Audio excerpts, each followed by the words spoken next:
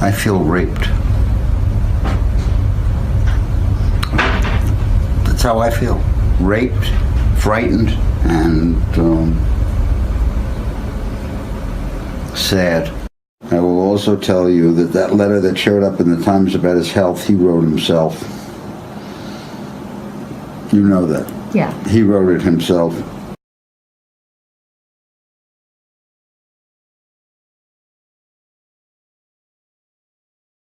Breaking news, CNN learning exclusively tonight that President Trump dictated that letter, that infamous letter from his doctor on his health. It was back in 2015. Now, this is according to his former personal doctor, Harold Bornstein. Bornstein, Trump, whoever it was, wrote, quote, Mr. Trump has had a recent complete medical examination that showed only positive results. Actually, his blood pressure, 110/65, and lab test results were astonishingly excellent. That comes after, right? He'll be the healthiest individual ever elected to the presidency, and his physical strength and stamina are extraordinary. What's your reaction, doctor, to hearing that the president dictated this letter to his doctor? Well, it's not surprising to me. First of all, the fact that he used the word, all his lab results were positive. A physician never uses that word. If the tests are normal, you say they're negative. If they're abnormal, you say they're positive. So that should have raised suspicions immediately that it wasn't written by a physician. And is there any issue you have ethically with this, that Trump would dictate it and his doctor would sign it? Yeah, if the doctor signed it, it's not his medical report. I mean, it's fraudulent. I mean, I'm even wondering if Ronnie Jackson's great report on his health was written by Trump too, because he said things which were patently wrong. Well, certainly some of it. He said he was in such great health. Yeah. He said he was in great health, and the cardiologist said he was in the upper 25% for cardiovascular risk.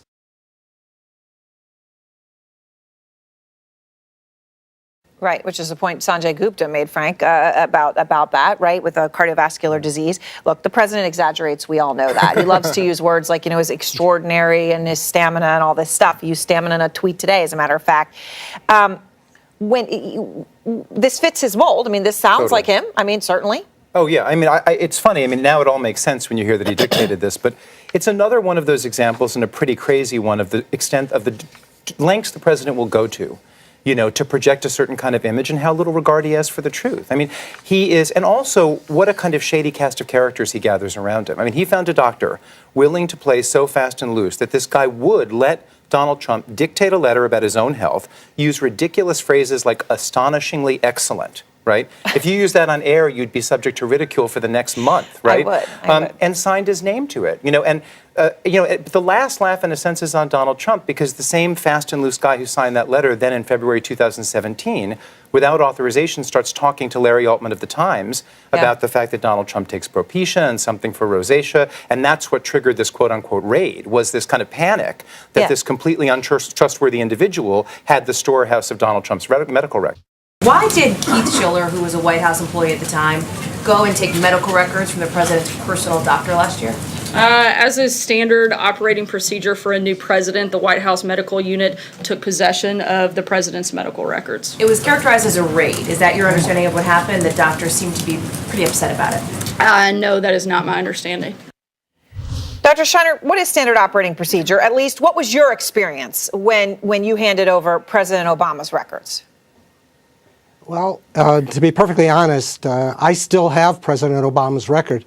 I secured it so that no one else could see it, but I made a copy of everything in the record, and it was sent to the White House. And so you sent paper documents, but you have the originals, as a doctor would ordinarily do, right? You keep a copy. Yes, you would never let it out of your sight. And if when they came to his door, that's what he should have said. I will keep the record, but here's a copy. Right, and of course, Frank, that's not what happened at all. What Ronnie Jackson gave, and we don't know the truth about this president's health. I think he's not the healthiest president we've ever seen, but I think we know less accurate information about his health than almost any of his predecessors in recent history. Before America ever met Dr. Ronnie Jackson, there was this guy, Harold Bornstein, who had been Donald Trump's personal physician for more than 35 years. And during the campaign, released a statement saying Trump will be, quote, the healthiest individual ever elected to the presidency. Here's Bornstein addressing the incident to NBC News. I feel raped. That's how I feel. Raped, frightened, and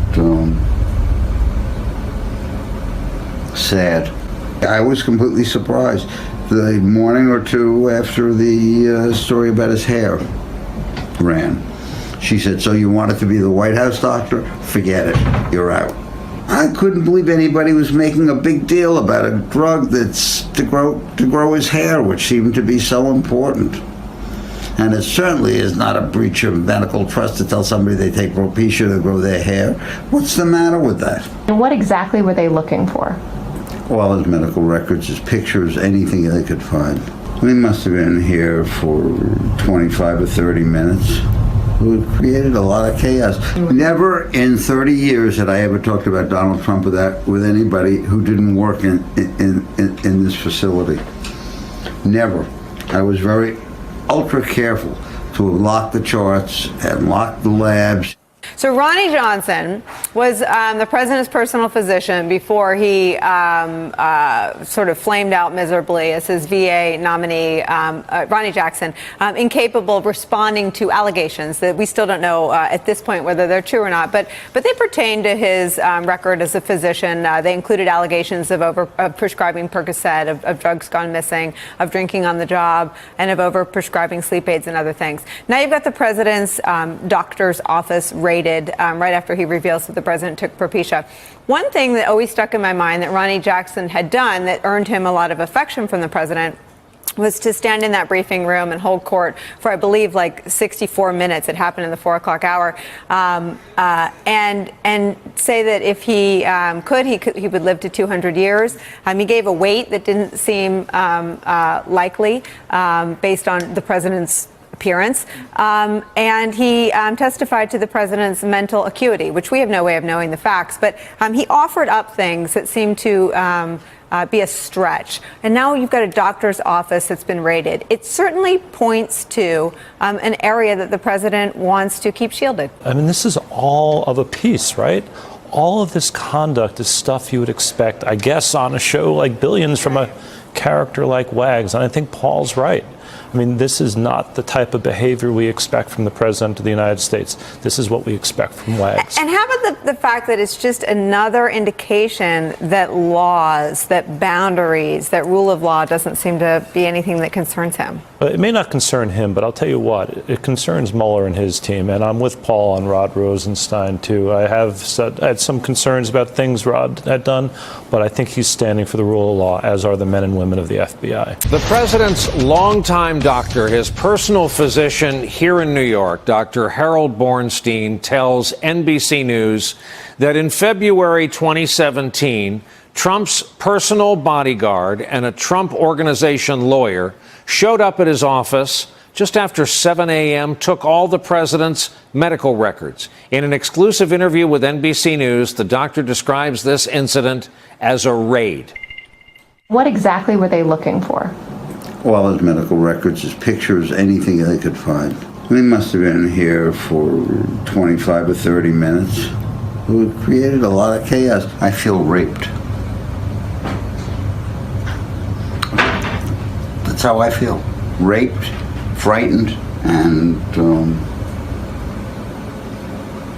sad. You may recall it was this Dr. Bornstein who publicly issued a letter December of 2015 in which he said candidate Trump's recent lab results were, quote, astonishingly excellent. The letter went on to draw a conclusion that was both nowhere close to the truth and impossible for Dr. Bornstein to assess. It was this portion that got the most attention, quote, if elected, Mr. Trump, I can state unequivocally, will be the healthiest individual ever elected to the presidency. Now, over 2 years later, Dr. Bornstein told CNN tonight, candidate Trump dictated that letter over the phone himself. I will also tell you that letter that showed up in the Times about his health, he wrote himself. You know that. Yeah. He wrote it himself.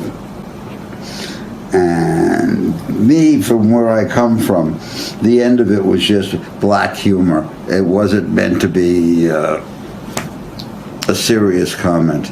I guess people don't have that sense of humor, but I have that sense of humor. Of course, it is not standard operating procedure to send a lawyer and bodyguard from your private organization to your personal physician's office at shortly after 7 a.m. unannounced, to seize records and take pictures off the wall. The idea that that's somehow standard is beyond the pale.